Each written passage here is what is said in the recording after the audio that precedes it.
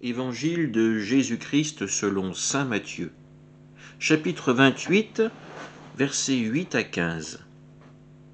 En ce temps-là, quand les femmes eurent entendu les paroles de l'ange, vite elles quittèrent le tombeau, remplies à la fois de crainte et d'une grande joie, et elles coururent porter la bonne nouvelle à ses disciples. Et voici que Jésus vint à leur rencontre et leur dit : « Je vous salue. » Elles s'approchèrent, lui saisirent les pieds et se prosternèrent devant lui. Alors Jésus leur dit : « Soyez sans crainte, allez annoncer à mes frères qu'ils doivent se rendre en Galilée. C'est là qu'ils me verront. » Tandis qu'elle était en chemin, quelques-uns des gardes allèrent en ville annoncer au grand prêtre tout ce qui s'était passé. Ceux-ci, après s'être réunis avec les anciens et avoir tenu conseil, donnèrent aux soldats une forte somme en disant : « Voici ce que vous direz. Ces disciples sont venus voler le corps la nuit pendant que nous dormions. Et si tout cela vient aux oreilles du gouverneur, nous lui expliquerons la chose et nous vous éviterons tout ennui. » Les soldats prirent l'argent et suivirent les instructions. Et cette explication s'est propagée chez les Juifs jusqu'à aujourd'hui. Acclamons la parole de Dieu. Deux groupes nous sont présentés dans ce passage de Matthieu. Tout d'abord, celui des femmes, ces femmes qui reviennent du tombeau après avoir reçu le message de l'ange pour le transmettre à leur tour aux apôtres.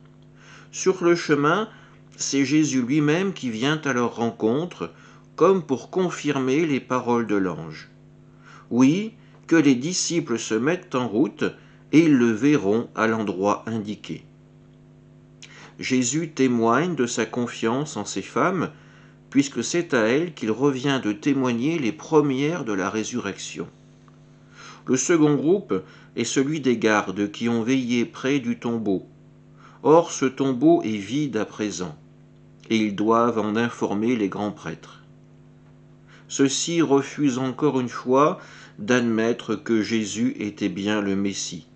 Ils refusent même d'envisager la résurrection. Ceux qui ont fait arrêter et condamner Jésus sur des accusations mensongères continuent à s'obstiner dans la voie du mensonge. Leurs cœurs ne peuvent être touchés par le mystère pascal, ils s'y refusent. En ce lundi de Pâques, nous sommes à la croisée des chemins. Deux voies s'ouvrent devant nous. Soit nous décidons de suivre le ressuscité sur le chemin de la vie, celui de la confiance en Dieu, soit nous emprunterons le même chemin que les grands prêtres.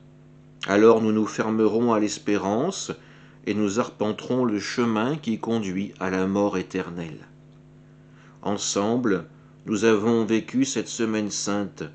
Nous avons entendu ces textes qui retraçaient les prophéties annoncées par le Seigneur. Nous avons accompagné Jésus sur le chemin de sa passion. Laissons aujourd'hui notre joie se manifester et répondons à l'invitation du Christ à marcher vers la lumière de la vie. Amen.